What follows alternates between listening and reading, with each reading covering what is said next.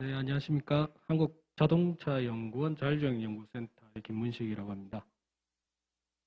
바로 시작을 하겠습니다. 예, 제목을 제가 이제 자율주행차 핵심 기술 및 사업화 전략이라고 표현을 했고요.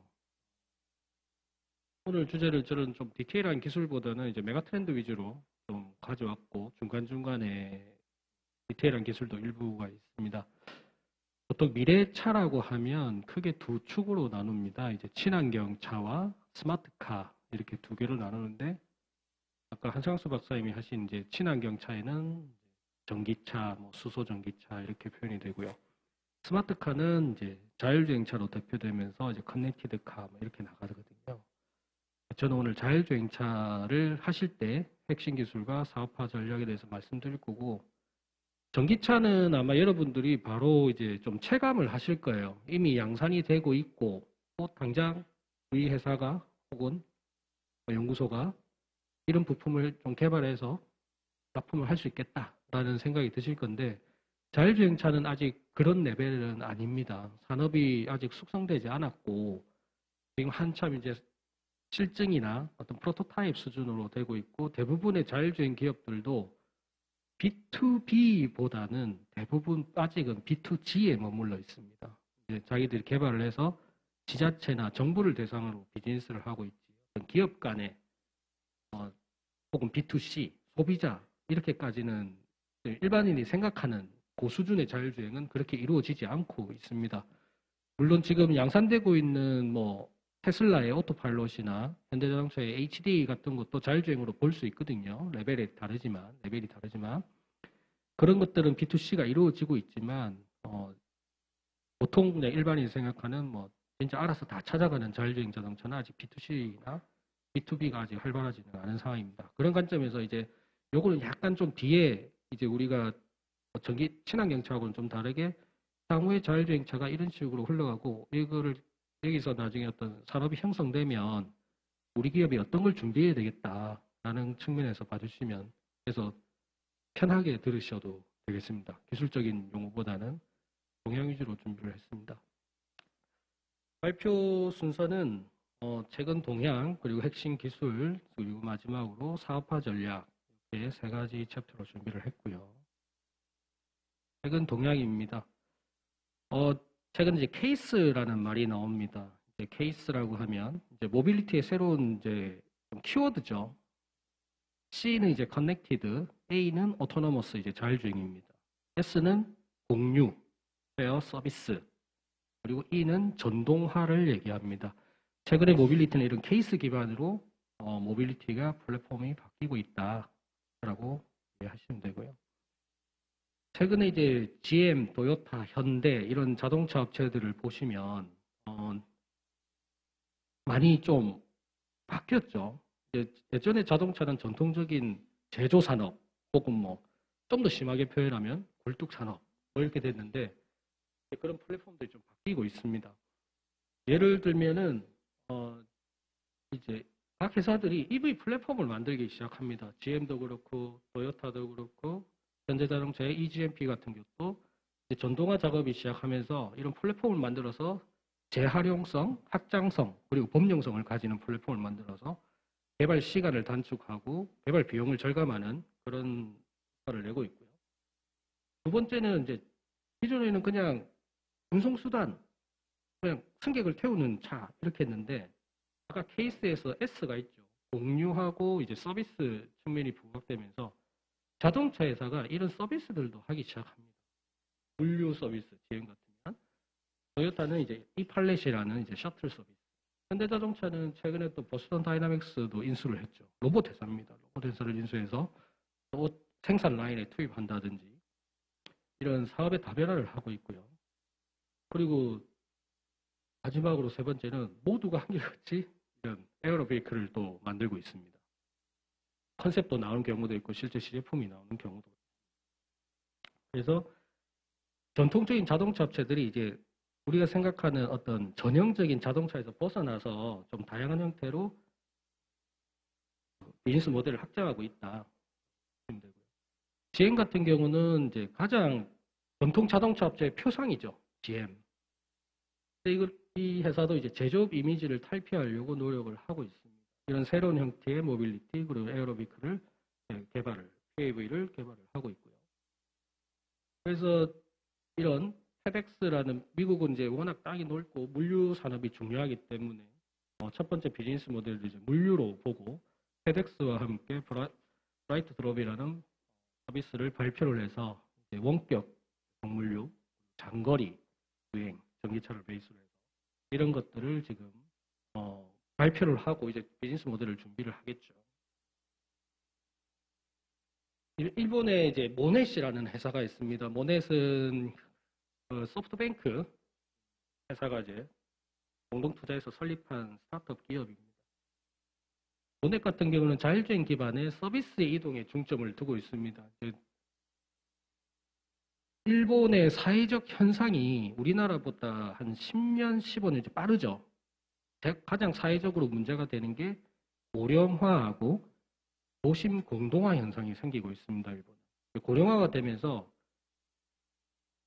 이 고령 노인분들이 어떤 행정 서비스나 어뢰 서비스를 받는데 실제로 도심으로 접근하기가 힘들고, 그리고 도심 공동화가 생기죠. 인구가 계속 빠지는 겁니다. 도시에서. 그러면 그 도시에서 대중교통 지금 뭐 마을버스라든지 버스, 뭐 트램 이런 것들을 유지하기가 너무 돈이 많이 드는 거예요. 인구에 비해서. 그래서 그렇게 하지 말고 그냥 필요할 때 서비스를 쓰게끔 하자라고 해서 이런 차를 만들어서요. 자율주행 기반으로 사람의 이동은 기본이고요. 서비스의 이동을 이제 집중을 합니다. 실제로 이래 보면 전에도 이런 거 있었던 것 같은데 이러실 수도 있습니다. 휴대용 어령기기나 하상 단말기 원격 진료용 장비를 실은 차량을 이용해서 서비스가 이제 찾아가는 거예요. 차가. 왜냐하면 시골까지 이분이 직접 도시로 나올 수도 없고, 그렇다고 대중교통을 계속 지자체가 유지하는 것도 아니고 지금 계속 적자가 나고 있죠. 그러니까 이 차의 서비스를 할 수 있는 차량 플랫폼을 만들어서 찾아가는 서비스를 하자라는 것들이 일본에서 이제 연구를 하고 있습니다. 그럼 우리나라도 일본과 비슷하게 이제 인구 비율이나 사회적 현상이 따라간다면 이런 서비스들이 나중에 필요하지 않을까 생각하고 있습니다. 그래서 이제 자동차 산업의 패러다임이 이렇게 변하고 있습니다. 이제 전동화가 이제 진전이 되고요. 이제 많이 이동하려고 하고 경제 성장이 되고 대기 환경이나 체증 사고들은 줄여야 되겠죠. 그 도시화 때문에 이런 현상이 더 모터라이제이션이 이제 점점 더 필요하게 됩니다. 아까 케이스로 말씀드린 전동화 기술, 연결성, 자율주행, 공유경제 서비스 이런 것들을 통해서 또 자동차 회사들이 다양한 모빌리티 플랫폼도 만들고 다양한 서비스, 그리고 기존에 없었던 차량의 형태를 계속 만들어내게 될 것입니다. 핵심 기술입니다. 이제 요거는 자율주행은 뭐 편의 뭐 이런 것도 나오지만 첫 번째는 안전입니다. 안전 때문에 나왔습니다. 여러분들 잘 아시는 이제 NCAP, 뭐 KNCAP, 유로 NCAP의 이제 ADAS 기능에 대해서 신차 안전도 평가를 하는데 법이 안전이 가장 중요하죠. 그래서 최근에 이제 독일에서 무인 자율주행 차법 개정 작업을 완료를 했습니다. 올해 5월 달에 이제 작업을 완료를 했고요. 무인 자율주행차 상용화를 위해서 도로교통법하고 자동차 의무보험법 개정을 했습니다. 통칭 무인 자율주행차법이라고 합니다. 그래서 이거를 연방 상원의 승인을 받아가지고 진행이 됐죠. 핵심은 인간 운전자 없는 운전을 이제 인정하기 시작했습니다. 유럽에서. 그럼 인간 운전자 없는 모빌리티 서비스를 할 수 있다라는 얘기가 됩니다. 대신에 이제 그 모빌리티를 소유한 소유자, 그리고 운영을 할 때 관리 책임자가 있겠죠. 관리자, 그리고 그 모빌리티를, 자율주행 모빌리티를 생산하는 생산 제조사에 대해서 일정한 의무를 부과합니다. 한번 살펴보면요. 무인 자율주행차 운행 허가 요건이 지정 구간 내에 인간의 개입이 없이 운행이 가능하다. 지정 구간이라고 되어 있습니다. 지정 구간. 이게 이제 자율주행에서 이제 ODD라고 불리는 오퍼레이셔널 디자인 도메인이라고 불리는 자율주행 운행 설계 영역입니다. 원래 이제 자율주행 저희가 이제 세미나하면 백그라운드로 쭉 말씀드리는데 요즘에는 ODD란 용어라든지 자율주행 레벨 이런 걸 말씀드리는데 요즘 대부분 다 알고 계시더라고요. 그래서 그런 내용들은 뺐습니다. 지정 구간 내 자율주행 서비스, 예를 들면 뭐 지금 예를 들면 창원의 시청 앞 도로 이렇게 이제 구역을 정하는 거죠. 그렇게 해서 그 부분에 대해서는 운전자 개입 없이 운행이 가능하게끔 했고요. 또 인간 생명 보호를 최우선하는 사고 방지 시스템을 탑재해야 된다라는 겁니다. 그게 탑승자가 됐든 보행자가 됐든 사고를 내지 않는 막을 수 있는 사고 방지 시스템을 탑재해야 되고요. 그리고 사고가 불가피하게 나는 경우 그 위험을 최소화할 수 있는 기술적 요건을 만족해야 된다라고 되어 있습니다. 이렇게 약간 선언적으로 되어 있는데 실제로 좀 구체적으로 데이터들도 좀 정리가 되어 있습니다. 약간 보유자, 기술 감독관, 제작사의 의무가 있다고 말씀드렸는데요. 보유자 같은 경우는 이 차를 소유한 사람이죠. 그래서 시스템을 관리해야 되고 법규를 준수해야 되고 보험을 가입을 해야 된다라고 명시를 하고요. 기술 감독관은 이 자율주행차를 운영하는 사람입니다. 그게 이제 차량에 탑승해서 운영을 할 수도 있고 아니면 원격 관제센터에서 운영을 할 수도 있겠죠. 그런 사람 같은 경우는 유사시에 운전을 개입해야 되고 탑승자나 VRU라고 해서 이제 로드 유저, 이제 보행자, 이륜차, 내 차 주변에 있는 도로 사용자들을 얘기합니다. 그 사람들의 안전을 확보해야 된다. 그리고 제작사, 이게 제일 중요하죠. 제작사는 시스템 안전성이나 보안에 관한 의무를 가져야 된다고 되어 있습니다. 그러니까 절차에 따라서 제대로 만들어라라는 얘기입니다. 그 절차라는 게 이륙이가 될 수도 있고 V사이클 베이스로 해서 우리가 안전을 잘 준수하고 있다라는 어떤 사고가 났을 때 디펜스할 수 있는 것들을 제작사가 다 준비를 해놔야 된다는 얘기입니다. 그리고 이제 필수 데이터 기록 제공 의무 13가지 데이터를 저장해야 되고요. 또 교통사고 등 뭐가 발생하면 그 데이터를 자동차국에 제공해야 된다. 지금 우리나라 자율주행 임시운행 허가법하고도 이 부분은 유사한 부분입니다. 근데 그 자율주행 임시운행 허가법과 지금 독일의 법은 목적성이 좀 다릅니다. 우리나라의 자율주행 임시운행 허가법은 일반 소비자한테 판매하기 위한 법이 아니고요. 연구개발을 하기 위해서 일반 도로를 달릴 수 있게 한시적으로 허용해주는 법입니다. 임시운행 허가법은. 그리고 그거를 이제 유상운송 서비스를 하기 위해서는 국토부에서 우리 시범운행지구 있죠. 자율주행 시범운행지구.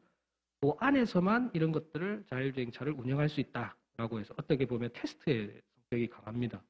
그런데 독일의 이 법은 얘는 상용화를 위해서 이런 부분을 많이 이제 앞서나가게 풀어줬다라는 얘기입니다. 그래서 여기서 목표 서비스는 셔틀버스, 노선버스, 물류 차량, 그리고 온디맨드는 이제 호출을 한다는 얘기입니다. 우리 카카오 택시 부르듯이 호출, 퍼스트 라스트 마일, 그리고 자동 주차 이렇게 6가지 서비스에 대해서 목표를 하고 있습니다.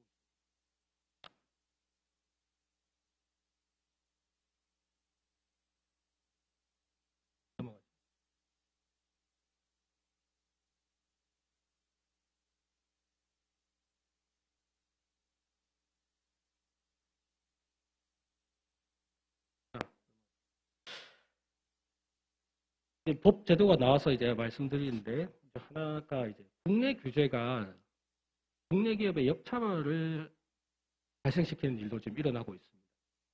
미국 FTA를 우리가 체결을 했죠. 제조사분들은 더 잘 아시겠지만 미국하고 FTA를 체결했기 때문에 미국에서 생산되면서 미국의 법을 준수한 차량이 우리 한국의 별도의 한국 기준에 맞지 않더라도 미국 기준에 맞으면 들어올 수 있죠. 대표적인 게 테슬라 차량. 그리고 요즘 미국 수입차들 보면 왜 램프 색깔이 우리나라하고 다르고 막 그런 거 있잖아요. 그런 것들이 다 미국의 기준을 만족하기 때문에 FTA를 체결했기 때문에 그대로 들어오는 겁니다. 자율주행에서도 이제 이런 일이 생기고 있는데 테슬라 오토파일럿 기능 중에 스마트 서먼이라는 기능이 있습니다. 이게 원격 호출 기능이에요. 이게 오토파일럿의 한 기능입니다. 한마디로 이제 마트 같은 데 가서 제가 이제 주차장에 해놓고 마트에서 물건을 샀어요. 샀는데 차가 저 멀리 있습니다. 그러면 이제 물건 내려놓고 스마트폰으로 나 있는 데까지 차를 이제 부르는 거예요. 온 디맨드를 하는 거죠. 그런 것들이 가능한 기능이 스마트 서먼 기능입니다. 그래서 이 차 같은 테슬라의 메뉴를 보면 차량하고 사람이 약 60m가 떨어져 있어도 동작을 한다라고 되어 있습니다. 그럼 이 주행할 때는 차에 사람이 없어요. 그냥 무인으로 그냥 쭉 옵니다. 물론 사람 눈에는 보이겠죠. 60m니까. 근데 이게 미국 EU에서는 이렇게 할 수 없게 돼 있거든요. 그래서 EU에서는 이 기능을 못 쓴다. 이렇게 하고 있습니다. 근데 우리나라는 FTA가 체결되어 있으니까 이 기능이 탑재된 차가 들어와요. 그래서 실제로 유튜브 한번 찾아보시면 오토파일럿 스마트 서문 기능을 찾아보시면 한국 테슬라 소유한 사람들이 이 기능을 가지고 막 이렇게 가지고 노는 걸 많이 볼 수 있습니다. 그런데 우리나라 같은 경우는 원격 제어 주차에 대해서 이제 자동차 안전관리 기준에 보면 작동 범위를 6m로 제한하고 있어요. 6m를 넘어서서는 차를 원격으로 제어할 수 없습니다. 우리나라 자동차 안전관리 기준에는. 그렇다 보니까 제네시스 이런 원격 주차 요새 판매되는데 사용자 매뉴얼에도 보면 4m 이내에서만 동작해라 이렇게 되어 있습니다. 그러니까 근데 이런 테슬라 차량이 우리나라에 또 돌아다니고 있는 거예요. 이게 지금 법이나 이런 기준이 나라마다 특히 자율주행 원격 주차는 굉장히 저속으로 움직이는 거거든요. 테슬라도 한 6kph 거의 크루핑 속도로 주행을 합니다.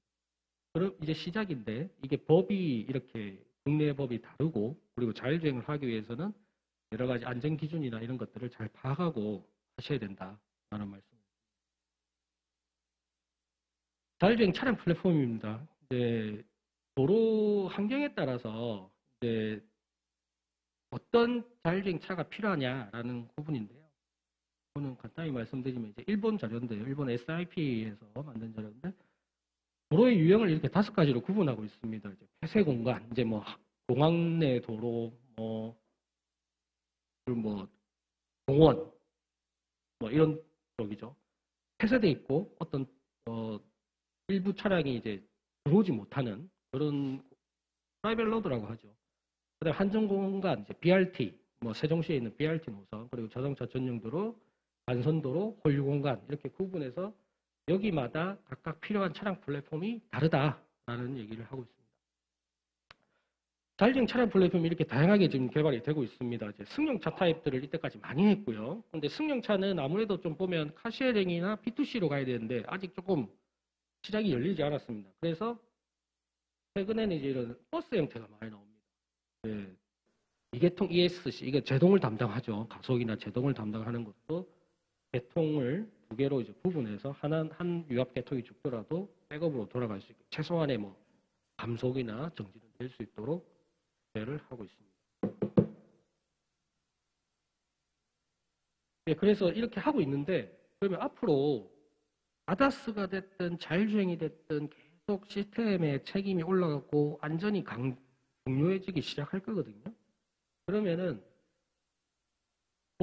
보쉬 같은 경우는 볼보 제동 모듈 양산품에 펑셔널 세이프티라고 하죠. 그래서 적용이 확대된 볼보가 요구하는 거예요. 너 펑셔널 세이프티 만족하는 부품 가져와 이렇게 되는 거예요. 그럼 거기에 리던던시가 들어가는 겁니다. 그러면 부품 보쉬도 이런 것들을 아까 설계를 제대로 하고 거기에 대해서 우리가 안전성을 갖추었다는 걸 증빙을 하면서 납품을 해야 된다는 거예요. 그래서 부품업체들도 앞으로 이런 리던던시나 어떤 설계 과정에서의 그런 요구를 계속 이제 받게 될 겁니다. 아키텍처에 대해서 알아보겠습니다. 자율주행 이제 레벨이 1, 2, 3, 4, 5 이렇게 올라가면 많이 하시는 질문이 센서가 몇 개나 달려요? 어떤 센서가 달려요? 이거든요. 근데 그거는 어떤 차에 어떤 서비스를 어떤 ODD에서 하느냐에 따라서 다 다릅니다. 어떤 정형화되어 있지 않습니다. 근데 이제 개론적으로 이제 말씀드리면 당연히 자동화 레벨이 올라가면 갈수록 센서가 많이 달리겠죠. 시스템이 더 많이 해야 되니까, 더 멀리 보고 해야 되니까.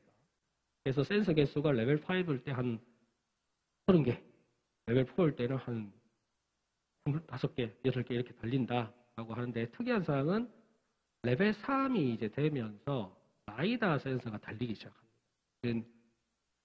내년에도 우리 HKMC도 제네시스 G90인가요? 거기 이제 레벨 3이라고 트래픽 잼 어시스트를 하는 이제 레벨 3이라고 얘기를 하는데 보통 레벨 3 자율주행 자동차는 이제 라이다 센서가 달리기 시작하면서 이제 계속 확대 적용이 되기 시작합니다.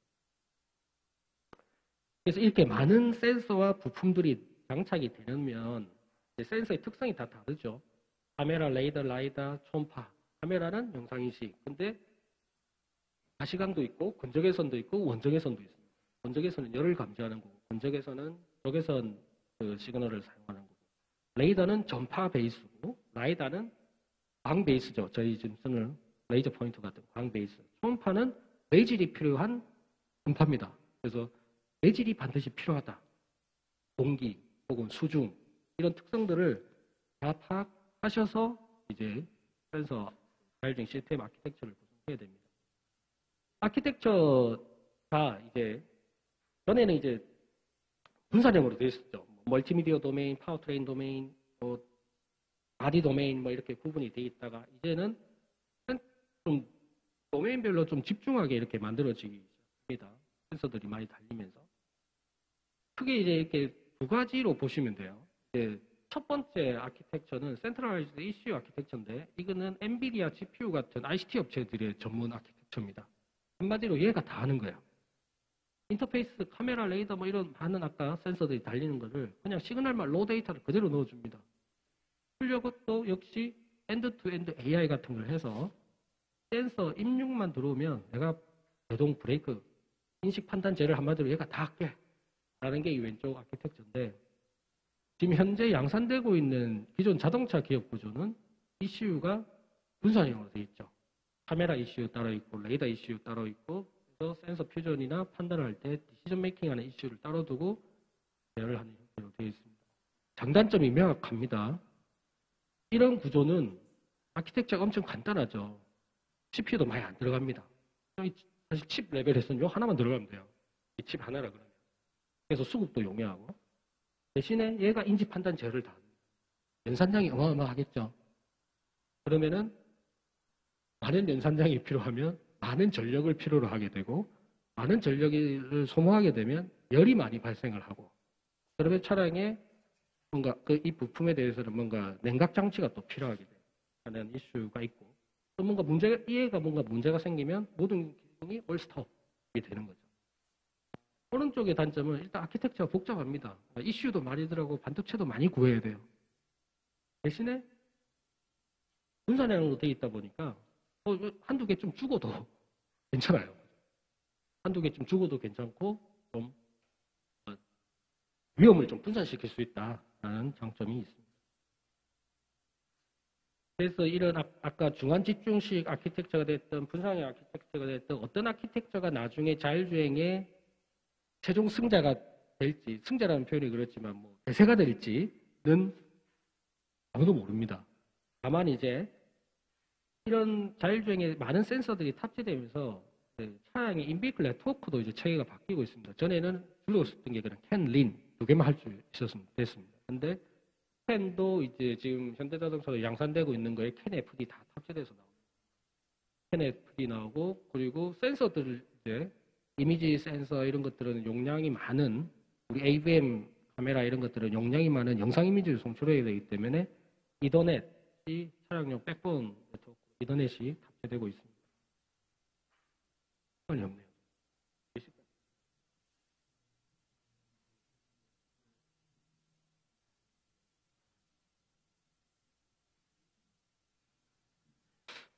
빨리 끝내는 게 10분만 하고 마치자.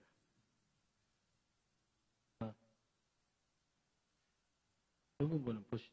도요타에서 그러면 자율주행을 앞으로 하기 위해서 어떤 기술적 테마가 필요하냐는 거에 대해서 세 가지 주제를 잡고 있습니다. 드라이빙 인텔리전스, 커넥티드 인텔리전스, 인터랙티브 인텔리전스인데요. 드라이빙 인텔리전스는 이제 주행 지능화 관점이고요. 커넥티드는 이제 V2X, V2V, V2I 근데 이거는 뒤에서 이제 또 강사분이 발표를 하실 거고 인터랙티브는 HMI 쪽입니다. 어쨌든 자율주행이든 아니든 혹은 자율주행 레벨에 따라서 안에서 운전자의 역할을 하든 혹은 탑승자의 역할을 하든 사람이 안에 있다라는 거죠. 그래서 이 기존 사람과 어떻게 이 시스템이 인터랙션 할 건가에 대해서 일하는 것이 인터랙티브 인텔리전스. 드라이빙 인텔리전스에서 좀 나는 인공지능 기술에 대해서 자율주행에서 많이 쓰죠. 인식 쪽에 많이 쓰는데 인공지능도 한계가 명확하고 응용할 수 있는 분야 그리고 장단점이 있습니다. 기존에 이제 모델 베이스라고 불리는 룰 디스크립션 방식은 쉽게 얘기하면 이제 PID 제어라고 생각하시면 돼요. 저희가 모델을 다 만들어서 시뮬레이션도 해보고 PID 개인을 막 조정해 가면서 막 제어를 해보죠. 그래서 이거 디버깅이 가능합니다. 근데 AI는 최근에 이제 그런 디버깅이 가능한 게 소개는 되고 있는데 원천적으로 디버깅이 안 돼요. 그러니까 어떤 문제가 생겼을 때 내가 의도했던 학습된 결과가 다르게 나왔을 때 이거 왜 이렇지? 이거를 고쳐보자 라는 접근 방식이 아직까지는 재학습밖에 없습니다. 우리가 뭐 뉴럴 네트워크의 특정 레이어의 특정 바이어스 이 값을 바꿔가지고 이 값을 맞춰보자 이런 게 원천적으로 안 되는 구조거든요. 그래서 이거는 사람 입장에서는 일종의 블랙박스입니다. 왜 이렇게 돼 있지? 왜 이렇게 결과가 나왔지? 어떻게 고쳐보지? 이게 안 되는 거죠. 그래서 이 두 개를 적절히 융합해서 도요타는 쓰겠다라고 하고 있습니다. 그래서 일반적으로 AI는 보통 인식 쪽에 쓰고요. 판단이나 제어 이런 안전에 좀 관련된 거는 아직도 룰 디스크리션 모델 베이스 방식을 쓰고 있습니다. 그런데 이제 엔비디아 같은 IT 업체들은 엔드-투-엔드 AI라고 해서 인지 판단 제어 다 AI 딥러닝 네트워크로 다 할 수 있어 라는 원리도 있죠. 이거는 HMI 쪽이고요. 이제 아까 인터랙티브 인텔리전스입니다. 어쨌든 사람이 있기 때문에 사람이 조는지 그리고 제어권을 시스템에서 있던 제어권을 운전자한테 넘기고 다시 운전자가 시스템으로 제어권을 넘기고 하는 그런 부분에서 편리하고 사용성이 있는 결국 이게 상품성이 되거든요. 소비자가 느끼는 내가 탔는데 편안해야 되고 뭔가 인터페이스도 좋고 또 내가 터치 하나만 누르면 이 기능이 동작되고 이렇게 돼야 되는데 어떤 차는 타봤더니 버튼이 너무 많아서 어떤 버튼을 눌러야 될지 모르겠고 점검도 너무 크래시하고 이러면은 안 되겠죠. 결국 이게 상품성으로 갑니다. 그래서 이 부분의 연구도 중요하다는 드리고요. 또 자율주행 쪽에 이제 많이 오늘 제가 이렇게 열거식으로 말씀드리고 있는데 관계되는 부분만 보시면 될 것 같습니다. 맵도 이제 많이 나오죠. HD 맵, 고정밀 맵이 나옵니다. 자율주행차는 지금 대부분 업체들이 고정밀 맵을 국토정보지리원 맵에 그 맵을 무료로 다운받으실 수도 있고요. 그 국토부에서 운영하는 아니면 나는 그걸로 부족해 하면은 별도로 HD 맵을 제작을 해서 사용할 수도 있습니다. 맵의 어떤 레이어 구조, 스태틱 맵, 세미 스태틱, 세미 다이나믹스, 다이나믹. 그러니까 이건 요 위쪽은 기동차라고 보시면 되고요. 밑에 쪽은 고정된 도로, 건물 이런 정보라고 보시면 됩니다. 고정밀 맵, 동적 맵을 사용해서 최근에 이제 일본하고 미국에서 많이 개발되고 있는 게 이제 VPS라는 기술입니다. 비주얼 포지셔닝 시스템인데 일종의 맵 매칭 기술이에요. 이제 고정밀 맵에 이런 건물들이 이제 지금은 예전에는 도로만 이렇게 쭉 표시가 됐는데 이제 고정밀 맵에는 이제 이런 고정 건물, 이정표 같은 것들이 같이 저장이 됩니다. 그러면 3차원으로 표현된 3D 맵을 기반으로 카메라가 포착한 이미지 정보를 매칭을 시키는 거예요. 그렇게 해서 로컬라이제이션을 정확하게 하는 게 VPS가 되겠습니다. GPS가 안 들어온 영역에서도 효과적으로 사용이 가능하고 더 나아가면 지금 증강현실 기술이 있죠. 이 건물의 인식이 딱 됐어요. 그러면 이 건물에다 어떤 증강현실 이미지를 투영하는 서비스하고도 연계가 될 수 있습니다. 그래서 일본하고 미국에서 이런 VPS 기술을 최근에 지금 같이 제휴도 하고 이렇게 해서 개발을 하고 있습니다. 저는 이것만 말씀드리고 자율주행은 기존에 이제 우리 엔캡으로 대체되는 이제 패시브 세이프티 장치, 아까 배터리 시험 인증을 받기 위한 장치 이런 시험 시나리오가 있죠. 굉장히 이제 심플하잖아요. 명문화되어 있고 몇 도에서 뭐 하면 돼, 충돌을 어떻게 하면 돼 이렇게 명문화되어 있는데 자율주행 레벨, 서비스, ODD에 따라서 그 유즈 케이스나 시나리오가 너무 다양합니다. 그래서 이거를 어떻게 평가하지라는 말들이 나오고 있습니다. 어떻게 평가할 수 있는 방법이 뭐지? 라는 거예요. 엔캡 테스트만 해도 차선 이탈 테스트 혹은 AEB라고 해서 전방 충돌 방지 기능 테스트도 앞에 타겟 장애물이 한두 개 있는 정도였는데 자율주행은 이제 그게 아니라는 거죠. 이런 리얼한 환경에서 자율주행이 돌아가야 되는데 이런 환경을 실제 도로, 실제 환경에서 구현하는 거는 현실적으로 어렵다라는 거죠. 모든 시나리오를 실제 환경으로 재현하는 게. 그래서 이제 지금 나오는 기술들은 시뮬레이션 기술이 나오기 시작합니다. 그래서 실제로 아직 폴리시는 안 됐지만 그 시뮬레이션도 정식 평가의 어떤 한 부분으로 인정받는 제도가 지금 만들어질 것 같습니다. V사이클 말씀드리고요. 그래서 이제 독일에서 페가수스라는 레벨 3을 타겟으로 하는 자율주행 프로젝트를 했는데 여기서 이제 테스트에 대해서 쭉 나눴어요. 시뮬레이션도 좀 정의를 했습니다. 시뮬레이션도 있고 PG에서 실험하는 것도 있고 진짜 리얼 월드 필드 테스트 하는 것도 있고 이 테스트 시나리오들을 모두 관리해주고 이 테스트 시나리오를 시뮬레이션을 해야 될지 PG에서 해야 될지 필드에서 해야 될지 테스트 케이스를 얼로케이션 해주는 역할도 있어야 된다. 그래서 시나리오는 이렇게 다 관리를 하지만 자율주행은 모든 거를 필드 테스트를 할 수는 없다라는 거를 얘기를 합니다. 넘어가도록 시뮬레이션 테스트의 한 그거를 드리는 건데 저희가 테스트했던 건데 관계상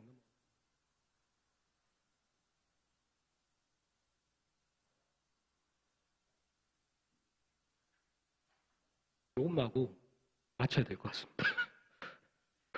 사업화 전략은 나중에 그 자료를 좀 일부 사업화 전략은 이거보다는 이렇게 사업화 전략을 말씀드리고 마치는 게 좋을 것 같아요. 자율주행차는 저희가 이제 구분하기 양산형하고 서비스형으로 구분할 수 있습니다. 양산형은 이제 B2C예요. B2C나 B2B 쪽이고 서비스형은 아직까지 B2G 쪽입니다. 그래서 이런 웨이모의 차량이나 셔틀 이런 것들을 하는데 특성이 다 다르거든요. 이 부분을 좀 보시면 될 것 같고요. 최근에 이제 자율주행은 로봇하고 비슷하다라고 얘기를 하죠. 인지 판단 제어로 이루어지는 과정이. 만도 같은 경우 자동차 기업이잖아요. 만도도 자율주행 순찰 로봇을 지금 만들어서 인천 송도에서 지금 돌리고 있습니다. 그리고 포티투다, 현대자동차 투자한 포티투다도 있고 배달의 민족 배송 로봇도 있습니다. 로봇 기업이 있으시면 저도 원래 로봇 전공자입니다.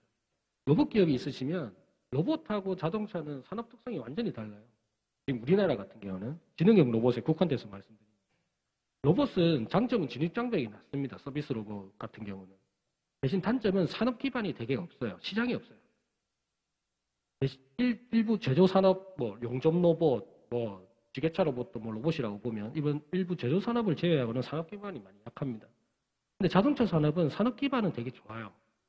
근데 진입장벽이 엄청 높죠. 자동차에 납품하려면 무슨 기준도 다 만족해야 되고 그래서 로봇 하시던 분들이 자동차로 들어오면 뭐 이렇게 까다로워.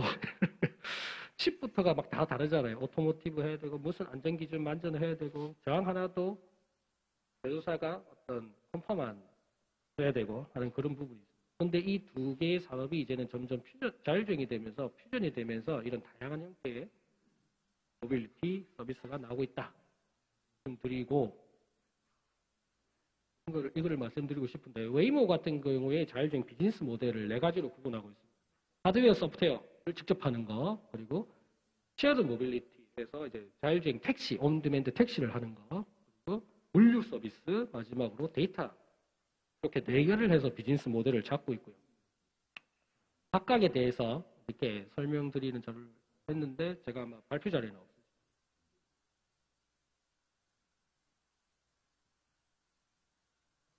그래서 자율주행은 업체 단독으로는 모든 영역이 대응이 불가능합니다. 해야 되고 하드웨어도 해야 되고 물류도 해야 되고 칩도 다뤄야 되고 이렇기 때문에 대부분 자율주행하는 업체분들은 포옥을 하는 형태로 구성이 되고 있습니다. 이 정도로 하고 제가 시간을 초과하면 안 되기 때문에 마치도록 하겠습니다. 감사합니다.